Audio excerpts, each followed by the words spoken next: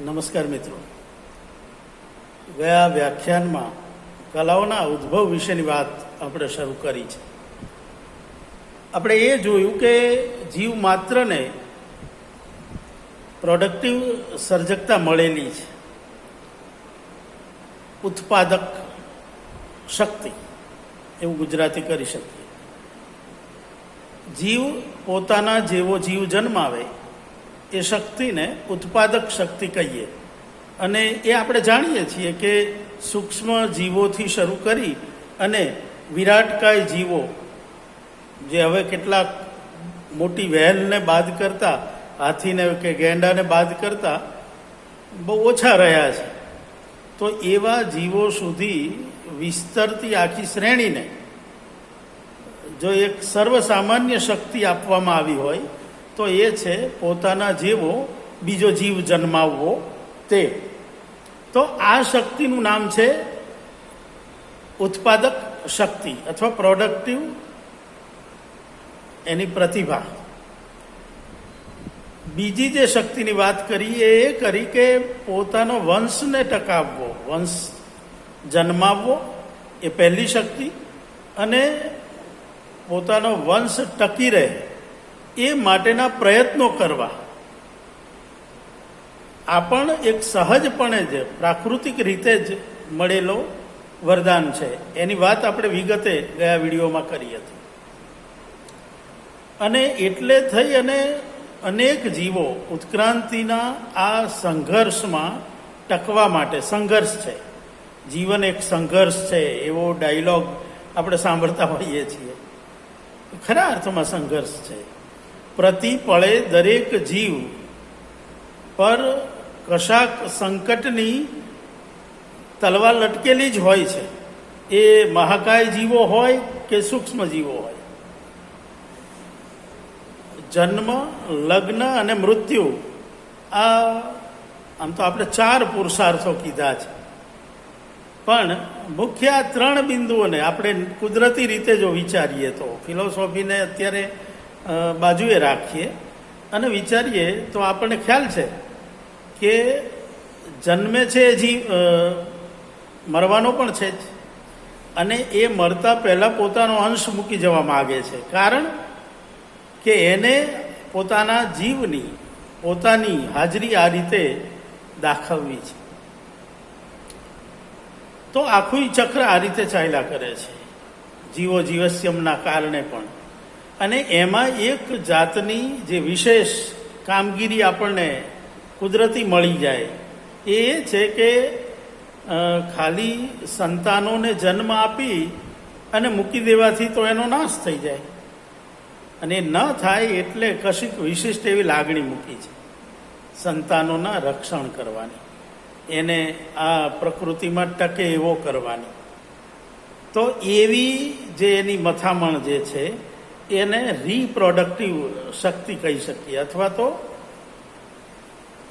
ઉત્પાદક જે શક્તિ છે એ પછીની સંરક્ષણ માટેની જે શક્તિ છે, રીપ્રોડક્ટિવ જેને અંગ્રેજીમાં કહેવાય, જે પ્રોડક્ટને સાચવવા માટેની શક્તિ છે. અને એટલે આપણે ઉદાહરણો પણ જોયા હતા કે પક્ષીઓ માળો રચે, પ્રાણીઓ કોઈકને કોઈક વ્યવસ્થા કરે પોતાના સંતાનો માટે.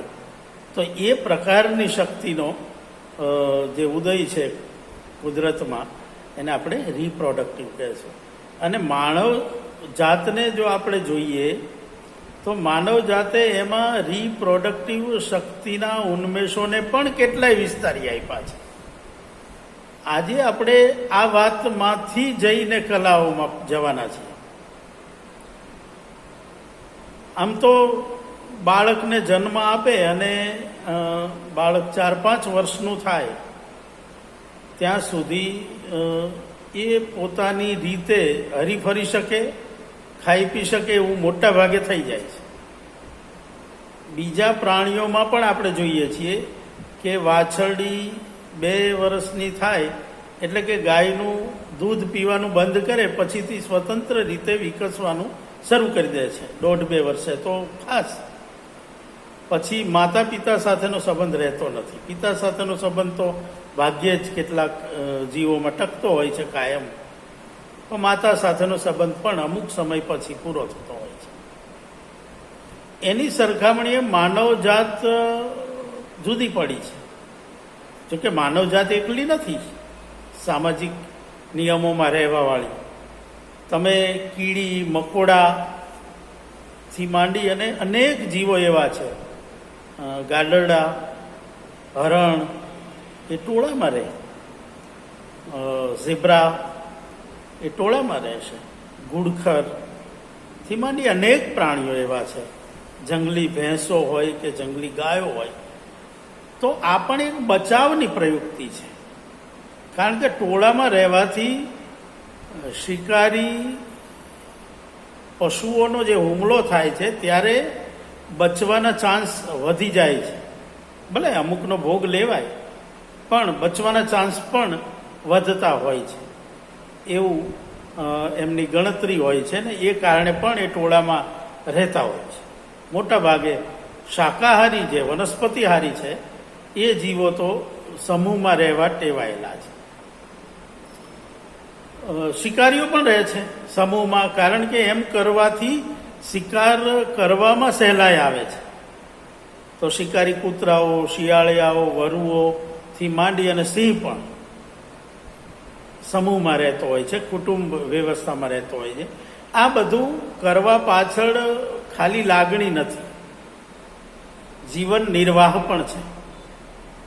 આપણે માણસો તમે જુઓ કે આપણે એકાદ બે કુટુંબ ભેગા રહેતા થયા હશે અથવા નજીક રહેતા થયા હશે. એ ગુફા પાસે પાસે હોય એમાં, વૃક્ષ નજીક નજીક હોય એમાં, આદિમ માનવની હું વાત કરું છું. પણ એને સરવાળે બે ત્રણ વસ્તુઓ સમય જતાં સમજાય. એ એક કે સ્ત્રી જ્યારે ગર્ભવતી હોય છે ત્યારે શિકારી ટોળાની સાથે જાય તો એના માટે મુશ્કેલી સર્જાશે, એટલે એણે ફરજિયાત ઘરે બેસવું પડશે. અને એની સાથે સંકળાયેલો પિતા હોય, અત્યારે આપણે જેને પતિ કહીએ છીએ એ હોય. શરૂઆતમાં આવા કોઈ નિયમ નથી, પ્રકૃતિમાં આવા કોઈ સંબંધ નથી. પિતા માતા જેવા કુદરતી સંબંધો બરાબર છે, પણ એને જે રીતે માનવ સમાજ પાળે છે એ પ્રકારના એ પાળતો નથી. તો પ્રાથમિક અવસ્થામાં જીવતો પેલો વનવાસી માનવ, એને એ સમજાયું કે સાથે રહેવાથી આવી ગર્ભવતી સ્ત્રીઓને ઘરે બેઠા ભોજન આપી શકાય, કારણ કે એને અંદરથી જ ખબર છે કે આ મારા સંતાનને જન્મ આપવા જઈ રહી છે. તો એના માટે ખાવાની વ્યવસ્થા કરવી, ફ્રૂટ લઈ આવવા, અનાજ લઈ આવવું, શિકાર કરી આવવું, આ બધી પ્રવૃત્તિઓ પુરુષોએ ઉપાડી હશે. બીજી બાજુ એને જ્યારે વૃદ્ધાવસ્થા આવી ત્યારે પણ આ જ પ્રશ્નોનો સામનો કરવાનો આવ્યો છે. જનરલી તમે જુઓ કે વૃદ્ધ સિંહ થાય કે વૃદ્ધ વાઘ થાય કે તો એમનું મૃત્યુ બહુ કરુણ હોય છે, કારણ કે એમાં સંતાનો એના માટે ખાવાનું લાવશે જ, શિકાર કરી લાવશે એવી શક્યતા બહુ જ ઓછી અથવા તો આકસ્મિક હોય છે. તો એવા સંજોગોમાં વૃદ્ધત્વ એ પ્રકૃતિમાં આત્મઘાત બરાબર છે. એમાંથી ઉગરવાનો રસ્તો શું? એ ઉગરવાના રસ્તો શોધવામાં એને સમૂહમાં રહેવું યોગ્ય લાગ્યું છે, અને એટલે એ રહેતો થયો. પછી એ રહેતો થાય છે તો એ નિષ્ક્રિય કઈ રીતે રહે? આખી જિંદગી જ્યારે સક્રિયતામાં કાઢી હોય ત્યારે તો બહુ જ સ્વાભાવિકપણે એણે કંઈક એવું કર્યું કે આ નાના નાના બાળકો છે જે શિકારમાં હજી નથી મોકલવાના લાયક થયા, કારણ કે જોખમો છે, એને શિક્ષણ આપવા માટે લઈ જાય. એ કિશોરાવસ્થામાં પ્રવેશે ત્યારે લઈ જાય, પણ એ પહેલાં તો બાળકને સાથે લઈને જવું શિકારે જોખમી છે. તો એવા સંજોગોમાં પેલા વૃદ્ધ સ્ત્રી પુરુષો જે ઘરે બેઠા છે એ આ બાળકોના સંરક્ષણની જવાબદારી સંભાળે છે. સંરક્ષણ આપવાની સાથે સાથે કેળવે છે. કેળવે છે કઈ રીતે? તો કે પથ્થર ઉચકીને કઈ રીતે નિશાના પર મારવો, ગિલોલનો ઉપયોગ કઈ રીતે કરવો, ચકમકના પથ્થર ઘસીને અગ્નિને પેદા કઈ રીતે કરવો. આ બધું એ કઈ શાળા નહોતી, અત્યારના જેવું એડમિશન લેવાની વાત નહોતી, પણ પેલો વૃદ્ધ નવરા બેઠા કંઈક કરવા માગે છે, તો એને પોતાને જે જીવનમાં અનુભવમાંથી જે મળ્યું છે એ પેલી પેઢીને આપવા માગે છે. એમાં જરૂર નથી કે એ પોતાનો જ પુત્ર હોય કે પોતાના પુત્રનો પુત્ર હોય, અડોશ પડોશ નહીં હોય. અને જુઓ કે આમ કરતા કરતા કેળવણીનો એક ફાંટો ખુલે છે. એમાં કેટલાક કુદરતી જ એવી શક્તિઓ ધરાવતા હોય કે જેને વાતને મલાવીને કહેવાની ટેવ હોય, અથવા તો એ વાત કરે ને તો બીજાને સાંભળવી બહુ જ ગમે. આવા જે માણસો હોય છે જેમને એવી કુદરતી શક્તિ મળેલી છે, એણે પોતાનો અનુભવ પેલા નાના બાળકોને કહેવાના શરૂ કર્યા. કે હું જ્યારે એક વખત છે ને જંગલમાં ગયો અને આ બધા તારા કાકા ને પેલા નહીં ફુવા ને આ બધા એ બધા આગળ જતા હતા ને મને તરસ લાગી તો હું પેલું ખાડામાં પાણી પીવા ગયો અને પેલા બધા જ આગળ નીકળી ગયા પાણી પી. અને જેવું મેં પાછળ ફરીને જોયું તો પાછળ તો સિંહ ઉભેલો કે વાઘ ઉભેલો, અરે મોટું સુવર ઉભેલું, કંઈ પણ.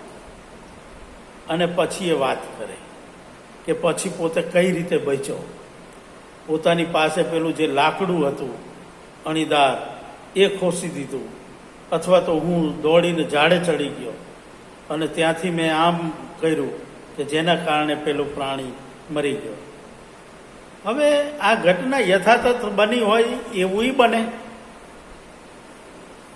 જેને આત્મકથનાત્મક આજે કહીએ છીએ એવું હોય, પણ એવું નાય હોય. એમાં પોતે ગભરાઈને ઝાડે ચડી ગયો હોય, પણ પેલા બાળકોની સામે પોતે એવું નાય બતાવવા માંગતો હોય કે હું ઝાડે ચડી ગયો તો ડરીને, કારણ કે પોતે મોટો છે, એનો ઈગો છે, ઘડાયેલો છે. એટલે બાળકોની સામે કશુંક વીરરસનું આલેખન કરતી વાત કરે કે મેં તો લઈ અને એક લાકડું સિંહે જે મોઢું ખોલીને મારી ઉપર તરાપ મારી એ જ સમયે એના મોઢામાં ખોસી દીધું. જુઓ, મૂળ ઘટના પેલી હતી, પોતે ઝાડ ઉપર ચડી ગયો અને પેલું લાકડું એના મોઢામાં ખોસી દીધું. આમાં આરોપણ થયું ને, એણે કલ્પના કરી કે આવું પણ થાય.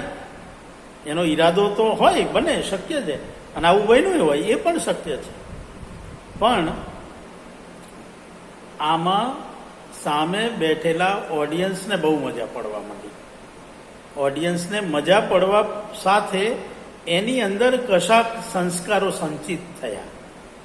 એની અંદર આવી ઘટના વખતે કઈ રીતે વર્તન કરવું એની એક શીખ મળી.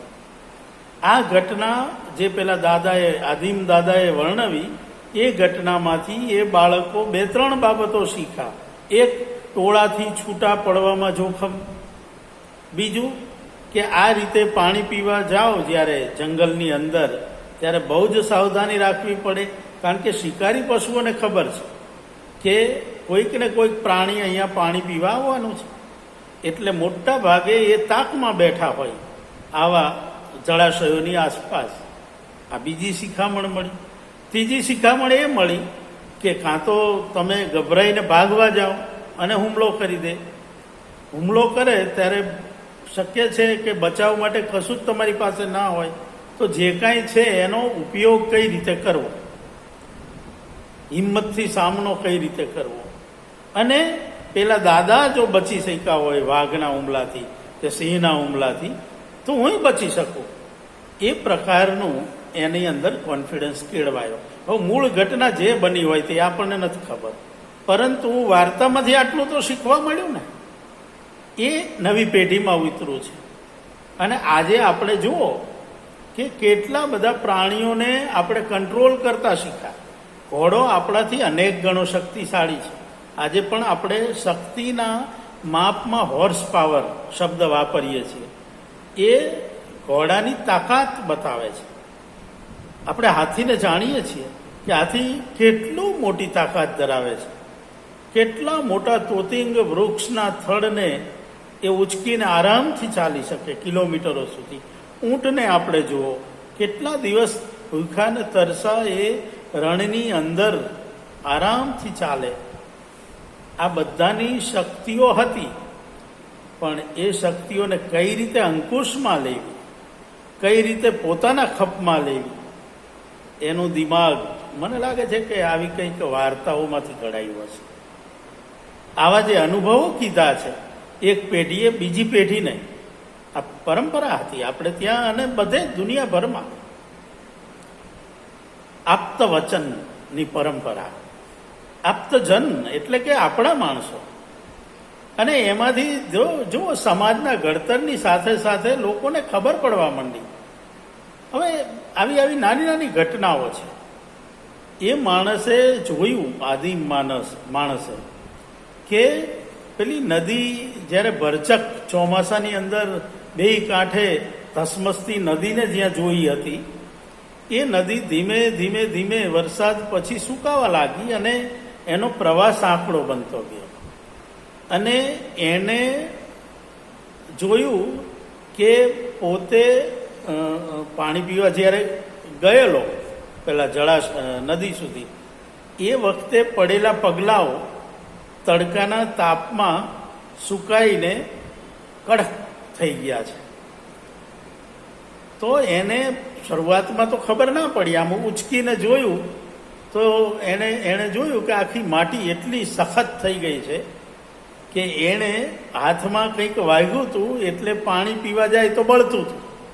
તો એ માટીને લઈ, જેમાં પોતાના જ પગથી કે પશુના પગથી પડેલા ખાડાવાળા તડકામાં તપાઈને બની ગયેલા પાત્રમાં પાણી પીધું. એને એક ટાઈમે કદાચ એ પાત્ર પલળી અને ઢોળાઈ ગયું હશે પાણી, પણ એને એમાંથી એક વસ્તુ સમજવા મળી કે આ સૂર્યના તાપથી તપાઈને આવું થઈ જાય છે. આના માટે પેઢીઓ ગઈ હશે આટલું સમજવામાં, પણ એને સમજણ પડી ગઈ. અને જે સમજણ પડી ગઈ એટલે એણે બીજો રસ્તો કાઢ્યો. જો આ બીજા પ્રાણીઓથી માણસમાં જે મોટી તાકાત અલગ પડી તે આ છે કે એને એક તો પ્રકૃતિમાં જોવે છે, એના કાર્યકારણને સમજવાની મથામણ કરે છે. હવે આવી મથામણ મેં કીધું એમ પેલા પકવેલા ખોરાકના કારણે એના મગજના જે કેમિકલ બદલાયા છે એના કારણે જન્મેલી વિચાર શક્તિ જવાબદાર છે. તો એણે વિચાર્યું કે આ સૂરજનો તાપ જો માટીને આવી સૂકવી અને કડક કરી દેતો હોય તો લાવ ને એને હું પેલા મારા તાપણામાં મૂકું, કારણ કે તાપણામાં પણ ગરમી છે. અથવા તો અજાણતા પણ આવું થયું હોય, શક્ય છે કે એણે કશું પહેલી વાર એને એ ખબર પડી કે આવું જો થોડુંક મોટું પાત્ર તપવી દઈએ, કડક કરી દઈએ તો એની અંદર પાણી રહે છે. અને રહે છે એટલે વારી ઘડીએ કે રાતે અંધારામાં નદીના પ્રવાહ સુધી પીવા નથી જવું પડતું. નહીતર સદીઓથી માણસ બીજા પ્રાણીઓની જેમ નદીના પ્રવાહ સુધી વાંકો વળી અને પાણી પીતો હતો, કોબા ભરી ભરીને, અથવા તો હાથનો ઉપયોગ નહીં હોય તો મોઢું માંડી. અને એ ટાઈમે જ સૌથી મોટું જોખમ હોય છે સમુદ્રમાં પાણીમાં રહેલા જળચરો તરફથી તે અને જમીન ઉપર રહેલા હિંસક પશુઓથી પણ. તો આમાંથી એને બચવાનો રસ્તો એ મળ્યો કે માટીને એણે જોઈ કે માટીમાં એ પ્રકારો છે. રેતીથી તપાવીને કરવા જાઓ તો નથી થતું. માટી જે ચીકવેલી માટી, કાળી માટી, જે પેલી કાપવાળી માટી છે, એમાંથી સરસ મજાનું થયું કોડિયું કે માટલું. એણે જ્યારે એ શેકેલા ઘાસની સાથે સાથે પાકી ગયેલો ઘઉંનો દાણો જોયો અને ચાખ્યો ત્યારે એને મીઠો લાગ્યો. એણે ચણાનો દાણો જ્યારે શેકાયેલો ખાધો ત્યારે ઓર મીઠો લાગ્યો. એણે એક અનુભવને બીજામાં એપ્લાય કર્યો કે કઈ કઈ વસ્તુને બાફવાથી, એટલે કે પાણીમાં બાફવાથી, કઈ કઈ વસ્તુને શેકવાથી અલગ મીઠી લાગે છે. ધીમે ધીમે એને એ પણ ખબર પડી કે આ ઘઉંના દાણાને પથરાથી ટીચી નાખો અને એની અંદર જે લોટ બને છે એને જો આપણે પેલી માટી ઉપર મૂકી અને તપવીએ તો ઓર મીઠી લાગે છે, અને રોટલી કદાચ એ રીતે જન્મી હશે. આકારો તો પછી આવ્યા છે. આંખને ગમતું ખાવું એ ધીમે ધીમે માણસે કેળવેલી વૃત્તિ છે. આજે તો ડેકોરેશનનો કેટલો મહિમા છે. જમવાની કળા આજે માત્ર જીભની નથી, આંખની પણ થઈ ગઈ છે. નાકની તો હોય જ, સ્વાભાવિક છે. સ્મેલની સાથે દ્રષ્ટિને ગમે. તમે હોટલોથી માંડી અને હવે તો ઘરમાં પણ ખાલી રસોઈ કરી દેવાથી કામ નથી પૂરું થતું. એને ડેકોરેટ કરીને મૂકવું, સુશોભિત કરીને મૂકવું, ભૂખને ઉત્તેજે સાથે આંખને આનંદ આપે એ રીતે મૂકવું. એનું તો કેટલા મોટા કોર્સ થાય છે, એના કેટલા મોટા પગાર આપવામાં આવે છે, એનું કેટલું મોટું માર્કેટ છે આખી દુનિયામાં. મિત્રો, આ માણસની જે આ સેન્સ વિકસતી ગઈ ને, એ સેન્સ તરફ મારે તમને ધ્યાન દોરવું છે કે આ જે વૃત્તિ છે ને, કે પેલા દાણાઓ તો આડાઅવળા હતા, પણ એને ધીમે ધીમે એ ખબર પડી કે આ જે લોટ બન્યો એ લોટને ગમે એમ નાખી દઈ અને એનો એ સરસ જ લાગે છે, પણ એની સાથે સાથે જો એને આમ ટીપીને સરસ પાતળું એક સરખું થાય એવું કરી અને ગોળ આકાર આપીએ, અથવા જેવો આકાર પણ એક સરખો જ્યારે આકાર આપીએ ત્યારે એમાંથી મળતો જે આનંદ છે એ બેવડાઈ જાય છે. તો આ વસ્તુ એ માનવની કલા વૃત્તિને પોષનારી વૃત્તિ બને છે. આ ખાસ આપણે જોવા જેવું છે. તો એની જુદી જુદી ઇન્દ્રિયોને આનંદ મળે. ખાલી ઉપયોગ તો હતો જ છે. ઉપયોગમાં મેં પેલું કીધું એમ કે રિપ્રોડક્ટિવ શક્તિ તો ખરી જ. પોતાના સંતાનોની સુરક્ષા થાય એવું માળખું ધીમે ધીમે ગોઠવાતું ગયું, પણ એની સાથે આનંદ આપવો, આનંદ મેળવવો એ કોણ જાણે કેમ બીજા પ્રાણીઓ કરતાં અલગ રીતે માનવજાત વિકસાવા લાગી. અને આ બહુ જ મોટી ઘટના છે. અને એ બહુ જ મોટી ઘટનાએ માનવજાતની જાણે કે આખી દિશા અને દશા બદલી નાખી. પૈડાની શોધનું મહત્વ આપણે ત્યાં બહુ જ કહેવાય છે, પણ આપણે બહુ ઓછા જાણીએ છીએ કે દાખલા તરીકે મધ્યપ્રદેશમાં આવેલ ભીમબેટકા, અથવા તો અંબાજીની પાસે આવેલ ગુફાઓ, કે એલિફન્ટાની ગુફાઓ, મુંબઈમાં આવેલી 2-3 ગુફાઓ એવી છે કે જ્યાં આપણને ઈસવીસન પૂર્વે 24,000 વર્ષ જૂના ચિત્રો મળ્યા છે. બહુ જ ઝાંખા થઈ ગયા છે. ગુફામાં દોરેલા એ ગુફા માનવોએ જે નવરાશની પળોને પસાર કરવા માટે આડાવડા લીટા કર્યા હશે, પણ એમાં આનંદનું તત્વ તો એને હશે. એવું કરવામાં એણે અનુકરણ કર્યું છે, અને એવું કરવામાં એણે આ જે નવું ડાયમેન્શન ને એના પોતાના તરફથી નાખ્યું, એને રેખાબદ્ધ કરવાનો પ્રયત્ન કર્યો. એ વસ્તુ કલાના જન્મ માટે બહુ જ મહત્વની સાબિત થઈ. અને એ જે સાબિતી છે એ આપણને બહુ જૂના પુરાણા આવી ગુફાઓમાંથી મળે છે, અવશેષોમાંથી મળે છે. આગળના વ્યાખ્યાનમાં મેં કહ્યું હતું એમ, દેગામ પાસે સાબરમતી નદીના પટમાં આપણને ઈસવીસન પૂર્વે 60,000 વર્ષ જૂના માટીના વાસણો મળ્યા છે. પથ્થરો મૂકીને બનાવેલા ચૂલા અને એની અંદર એ આગ સળગાવતા હતા એવા પુરાવા મળે છે. તો એ બતાવે છે કે આપણે આજે અગ્નિને છે, અગ્નિ પણ એક કલાનો ભાગ બની ગઈ છે. જરૂરિયાત તો ખરી જ, પણ અગ્નિના કરતબ, અગ્નિની તાકાતનો ઉપયોગ કેટલો બધો કરે છે માનવજાત. જીવનમાંથી એને એક બાદ કરી નાખો તો ઘણું ના બચે. એને કઈ રીતે ખબર પડે? થોડી કલ્પના કરજો. આ બધું કલ્પનાનો વિષય એટલા માટે છે કે આના બધા કોઈ ઇતિહાસો લખાયા ના હોય. કલાઓ કઈ રીતે જન્મી, કલા તરફ કઈ રીતે માણસ ગયો, એના ઇતિહાસ લખાયા ના હોય. મારે જે વાત કરવી તે પેલી 3 શક્તિઓને જોડી દઈએ કે એક પ્રોડક્ટિવ, રિપ્રોડક્ટિવ, અને ત્રીજી જે રિપ્રોડક્ટિવના બાય પ્રોડક્ટ રૂપે જન્મેલી એ એસ્થેટિક સેન્સ, જે માત્ર મોટા ભાગે માનવ જાત સિવાય જોવા ક્યાંય મળતી નથી. તો એ એસ્થેટિક સેન્સ એ આપણા માટે બહુ જ મહત્વનો વિષય બની રહે છે. એટલે કે સૌંદર્ય પામવાની એની વૃત્તિ, આ લગભગ બીજા જીવોમાં આવી સભાન વૃત્તિ હશે કે નહીં એ ખબર નથી, પણ મોટા ભાગે નથી એવું દેખાય છે. તો એ માનવ જાતે આગવી દિશા, આગવી એક પ્રતિભા દાખવી છે. 2 ઈશ્વર દત્ત હતી, ત્રીજી માનવ સર્જિત છે, અથવા તો માનવની અંદર એ સમાંતરે ઉત્ક્રાંતિ દરમિયાન ખીલી છે. તો જુઓ કે કલાઓનો જન્મ આવું રીતે જોવા જાવ તો એક અર્થમાં આકસ્મિક પણ ખરો, એક અર્થમાં એ સમાંતરે છે, જેના તરફ સામાન્ય જનનું ધ્યાન ઓછું જાય, પણ કેટલાક એમાં રસ લેતા થઈ ગયા હશે. કે દાખલા તરીકે સીધી સાદી વાત છે કે પશુઓના શિકાર કરવામાં વપરાતો એ સમયે પથ્થર, શરૂઆતમાં તો પથ્થર વપરાયો, પછી તામ્રયુગ આવે છે. તો તામ્રયુગમાં તાંબુ પહેલાં અલગ પાડતા શીખો છે, લોખંડ પછી શીખો, પહેલાં એ તાંબુ અલગ પાડતા શીખો. તો એ તાંબાના વાસણો પણ બનાવ્યા, પણ તાંબાના હથિયારો પણ બનાવ્યા. તો પથ્થરના હથિયાર બનાવ્યા, તાંબાના હથિયાર બનાવ્યા, લોખંડના પછી બનાવ્યા.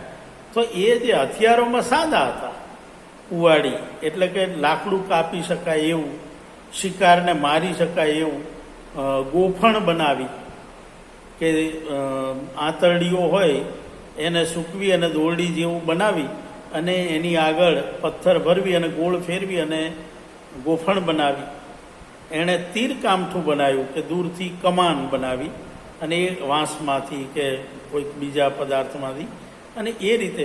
પણ એટલું એ રેડિયા રીતે બનાવતો નથી. બનાવે ને ત્યારે એમાંય બનાવનારો પાછો હોય પ્રતિભાવાળો. બધાને બધા સરસ મજાનું બનાવતા ના હોય, ઠીક છે, અનુકરણ કરી અને કુવાડી જેવો ઘાટ આપવાનો પ્રયત્ન કરે, પણ એણે જોયું કે આપણા જે 100-200 કુટુંબ છે, અથવા તો 10 કુટુંબે છે, એમાંથી ફલાણા ભાઈને પથ્થરને ટીપીને અથવા પથ્થરને ઘસીને સરસ મજાનો તીણો બનાવવાની તાકાત એ બીજા કરતાં જુદી છે. તો જો એમાં પ્રતિભાવાન બને છે, એમાં કુશળ બને છે, એનો એક ફાંટો બહાર પડે છે. એવી રીતે કોઈ તીરકામઠું સરસ બનાવતા શીખે છે, એવી જ રીતે કોઈકને સારી રોટલી બનાવતા આવડી ગઈ પેલા લોટમાંથી. બીજા બધા અણઘડ બનાવતા હતા, એમાં કાંકરીએ આવતી હતી, પણ પેલાએ જે કંઈક નુસ્ખો કર્યો એનાથી જનરલી સાથે રહેતા શીખા એટલે સહજ સંકોચ પણ આવ્યો, અને સંકોચ આવ્યો એટલે પાંદડા ઢાંકતા થયા માનવ શરીરને. એનાથી 2-3 ફાયદા થયા. એક તો સમૂહમાં રહેતા એટલે પેલો સંકોચ દૂર કરવા, કારણ કે સમૂહમાં રહેતા થાય એટલે સ્વાભાવિક સંબંધનું જાળું રચાય.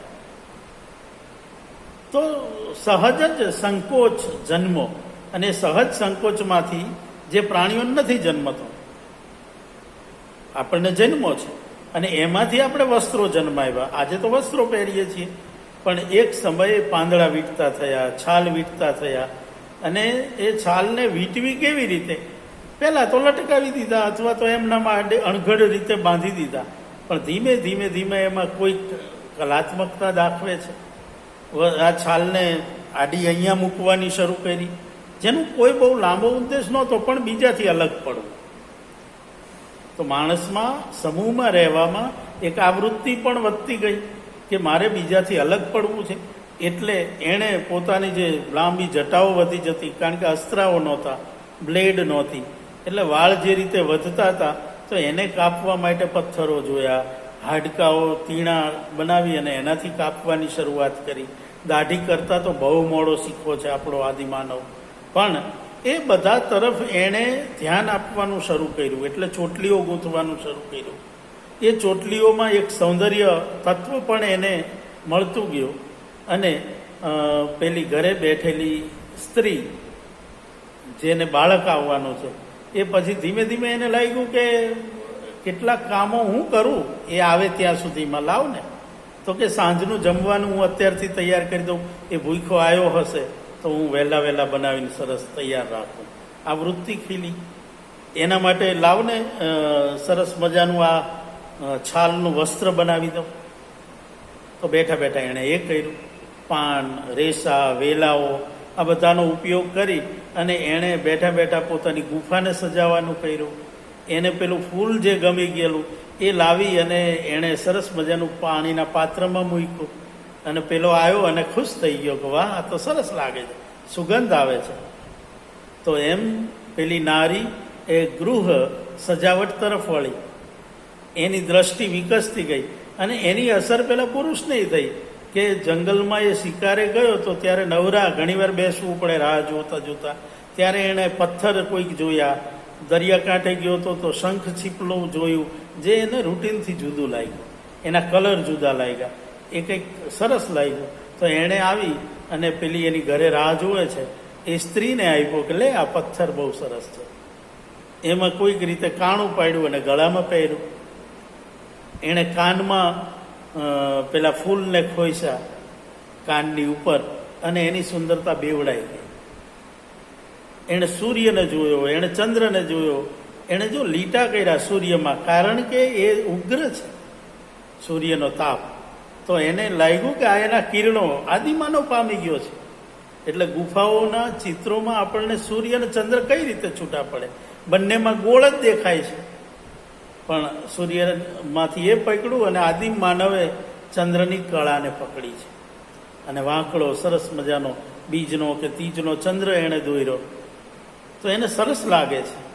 અને એમ જો એક બાજુ પ્રોડક્ટિવ, રિપ્રોડક્ટિવ અને સાથે આવી સુંદર, વધુ સુંદર લાગે એ માટેની એની મથામણ, આ બધું એકબીજામાં ઉમેરાતું જાય છે અને એકબીજા એ રીતે જોવા જાય, એકબીજાનું જોવું ગમે છે અને વખાણ કરે, અરે વાહ, તે આવું સરસ ગુફા શણગારી, અરે વાહ, તે આ ફૂલ નાખ્યું એ તો બહુ સરસ લાગે છે, તે આવી ચોટલી વાળી છે, વાહ, આ લાંબા નખને એણે હાડકાના તીણા હાડકાની બ્લેડ બનાવી હશે એનાથી કાપ્યા.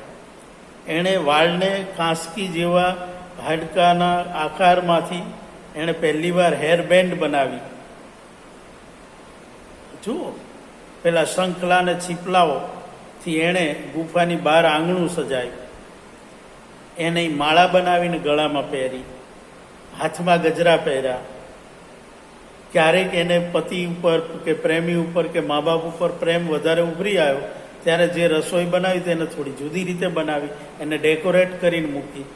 આ બધી નાની નાની વાતોએ એની સૌંદર્ય શક્તિને વિકસાવી છે. તો મિત્રો, આ થોડીક પ્રાથમિક વાતો છે, પણ આ જાણવી એટલા માટે જરૂરી છે કે કોઈ એલિયનની જેમ ઉતરી આવેલી નથી આ કલાઓ. માનવ જાતના હજારો વર્ષના આવા સરસ મજાના અકસ્માતોની આ એક પરંપરા છે અને એ અકસ્માતોમાં એની વૃત્તિ ભળેલી છે અને એની વૃત્તિ છે સૌંદર્યની વૃત્તિ.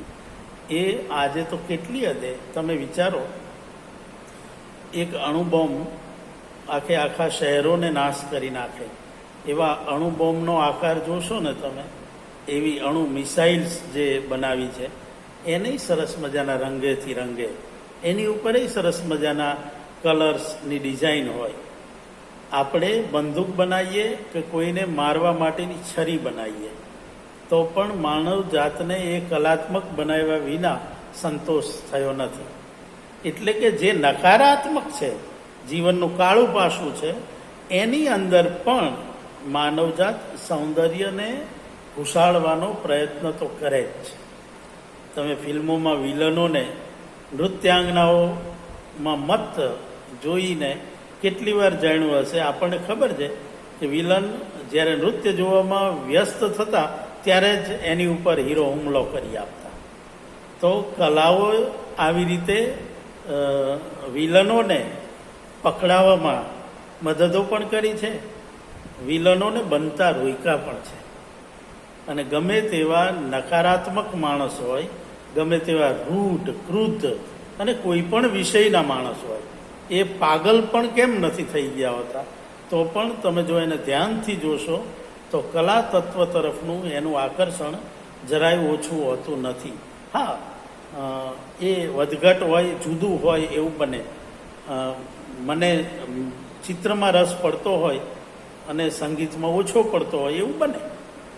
મને નૃત્યમાં રસ પડતો હોય પણ સ્થાપત્યમાં સમજ ના પડતી હોય એવું બને. પણ લગભગ કોઈ એવો માણસ તમને નહીં મળે જેને એક પણ કલામાં રસ પડતો ના હોય. એને છેવટે પોતે જે સૈયા ઉપર સૂવે છે પલંગ ઉપર, એ પલંગ ઉપરના ઓછાળની ડિઝાઇનમાંય રસ પડશે.